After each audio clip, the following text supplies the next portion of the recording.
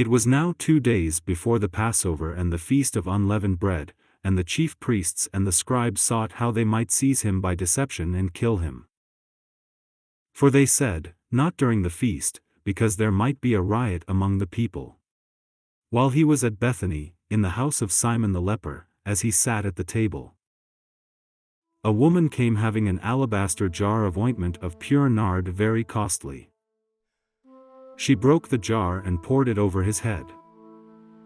But there were some who were indignant among themselves, saying, "Why has this ointment been wasted? For this might have been sold for more than 300 denarii and given to the poor." So they grumbled against her. But Jesus said, "Leave her alone. Why do you trouble her? She has done a good work for me. For you always have the poor with you, and whenever you want to, you can do them good, but you will not always have me. She has done what she could. She has anointed my body beforehand for the burying. Most certainly I tell you, wherever this good news may be preached throughout the whole world, that which this woman has done will also be spoken of for a memorial of her." Judas Iscariot, who was one of the 12, went away to the chief priests, that he might deliver him to them. They, when they heard it, were glad, and promised to give him money. He sought how he might conveniently deliver him. On the first day of unleavened bread, when they sacrificed the Passover, his disciples asked him, "Where do you want us to go and prepare that you may eat the Passover?" He sent 2 of his disciples and said to them, "Go into the city, and there a man carrying a pitcher of water will meet you. Follow him, and wherever he enters in, tell the master of the house, 'The teacher says, where is the guest room, where I may eat the Passover with my disciples?' He will himself show you a large upper room furnished and ready. Get ready for us there." His disciples went out, and came into the city, and found things as he had said to them, and they prepared the Passover. When it was evening he came with the 12. As they sat and were eating, Jesus said, "Most certainly I tell you, one of you will betray me, he who eats with me." They began to be sorrowful, and to ask him one by one, "Surely not I?" And another said, "Surely not I." He answered them, "It is one of the 12, he who dips with me in the dish. For the Son of Man goes as it is written about him, but woe to that man by whom the Son of Man is betrayed. It would be better for that man if he had not been born." As they were eating, Jesus took bread, and when he had blessed it, he broke it and gave to them, and said, "Take, eat. This is my body." He took the cup, and when he had given thanks, he gave to them. They all drank of it. He said to them, "This is my blood of the new covenant, which is poured out for many. Most certainly I tell you, I will no more drink of the fruit of the vine until that day when I drink it anew in God's kingdom." When they had sung a hymn, they went out to the Mount of Olives. Jesus said to them, "All of you will be made to stumble because of me tonight, for it is written, 'I will strike the shepherd, and the sheep will be scattered.' However, after I am raised up, I will go before you into Galilee." But Peter said to him, "Although all will be offended, yet I will not." Jesus said to him, "Most certainly I tell you that you today, even this night, before the rooster crows twice, you will deny me 3 times. But he spoke all the more, "If I must die with you, I will not deny you." They all said the same thing. They came to a place which was named Gethsemane. He said to his disciples, "Sit here while I pray." He took with him Peter, James, and John, and began to be greatly troubled and distressed. He said to them, "My soul is exceedingly sorrowful, even to death. Stay here and watch." He went forward a little, and fell on the ground, and prayed that if it were possible, the hour might pass away from him.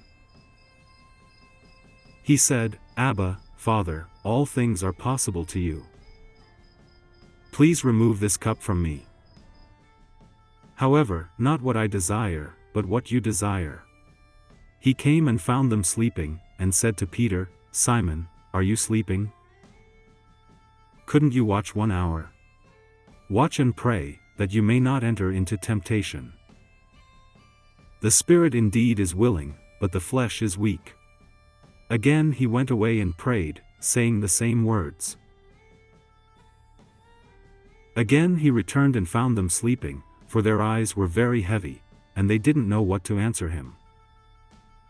He came the third time and said to them, "Sleep on now, and take your rest. It is enough. The hour has come. Behold, the Son of Man is betrayed into the hands of sinners. Arise. Let's get going. Behold, he who betrays me is at hand." Immediately, while he was still speaking, Judas, one of the 12, came, and with him a multitude with swords and clubs, from the chief priests, the scribes, and the elders. Now he who betrayed him had given them a sign, saying, "Whomever I will kiss, that is he. Seize him, and lead him away safely." When he had come, immediately he came to him and said, "Rabbi, Rabbi," and kissed him. They laid their hands on him and seized him. But a certain one of those who stood by drew his sword and struck the servant of the high priest, and cut off his ear. Jesus answered them, "Have you come out, as against a robber, with swords and clubs to seize me? I was daily with you in the temple teaching, and you didn't arrest me.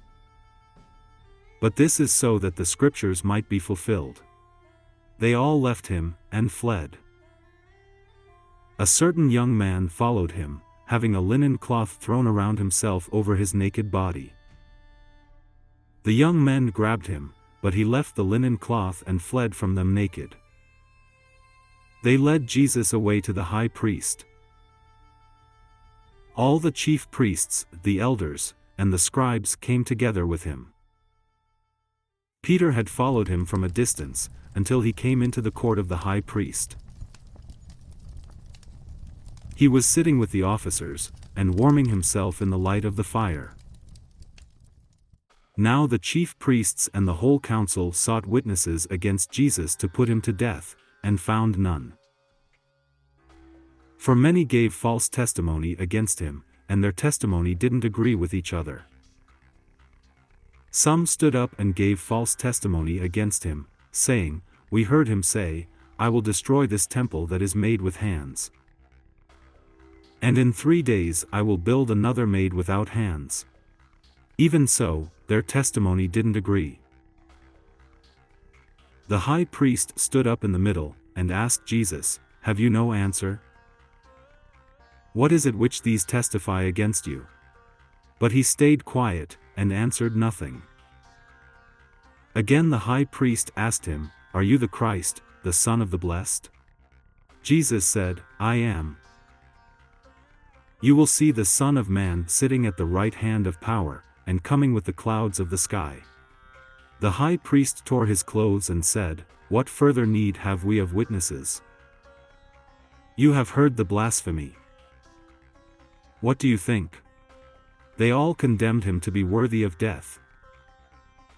Some began to spit on him, and to cover his face, and to beat him with fists, and to tell him, 'Prophesy.'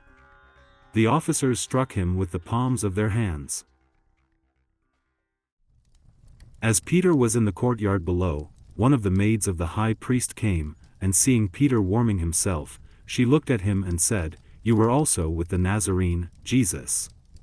But he denied it, saying, 'I neither know nor understand what you are saying.' He went out on the porch, and the rooster crowed.